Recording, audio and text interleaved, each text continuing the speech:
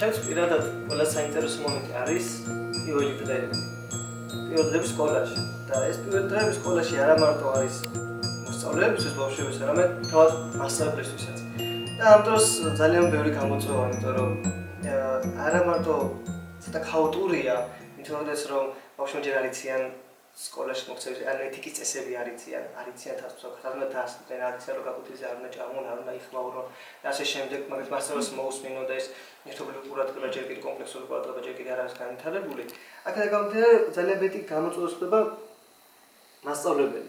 ამ ყოველივესთვის ერთ-ერთი ყველაზე მთავარი და პირველად უნდა გააკეთოს ჩემი აზრით მასწავლებელმა არის ის რომ პოზიტიური გარემო შექმნას. როგორ უნდა შექმნას პოზიტიური გარემო? პირველ რიგში არის ის რომ მოусმინო ბავშვს. ბავშვი უნდა ხედავდეს რომ შენ მას თან აუწევ, გაუძლებ, აეხმარები და ის ქცევები რაც მან არ იცის და მასზე კრიტიკული შეფასება გააკეთო, თავდაპირველად ცოტა მიუღებელია ის. იმიტომ რომ მან ჯერ არ იცის სწორი და არასწორი ქცევები.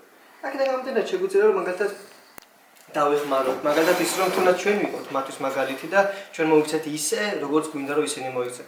ამ შემთხვევაში ეს რა თქმა უნდა დროს ჭირდება გარკვეული ეს ერთ დღეში, ერთ კვირაში, ერთ თვეში არ ხდება. თვითცნობიერება ჩემთვის პირადად ძალიან მნიშვნელოვანი უნარია, რომლის განვითარება შესაძლებელია, რომელიც ყველაზე აუცილებელია. იქიდან გამომდინარე, რომ ძალიან ბევრი სიზნელე გამოვიარე და თითოეული ადამიანი გადის რაღაც სიზნელეს. არის რაღაცები, რაც ჯერ კიდევ პრობლემას წარმოადგენს, რომლებიც ჯერ კიდევ ვერ დავძლიეთ და რაღაცნაირად გვაწუხებს. ამ ყოველივეს დაძლევაში სწორედ გვეხმარება ის, რომ ჩავუყმავდეთ საკუთარ თავს, ვეძიოთ მისი რეალური მიზეზები და გავხსენოთ ის წარსულისთვის, საიდანაც მოდის, რამაც ჩამოაყალიბა ეს ყოველივე. მათი გააზრება დაგვეხმარება იმაში, რომ ეს ყოველივე შევამსუბუქოთ და თანდათანობით ეს ყოველივე დავძლიოთ.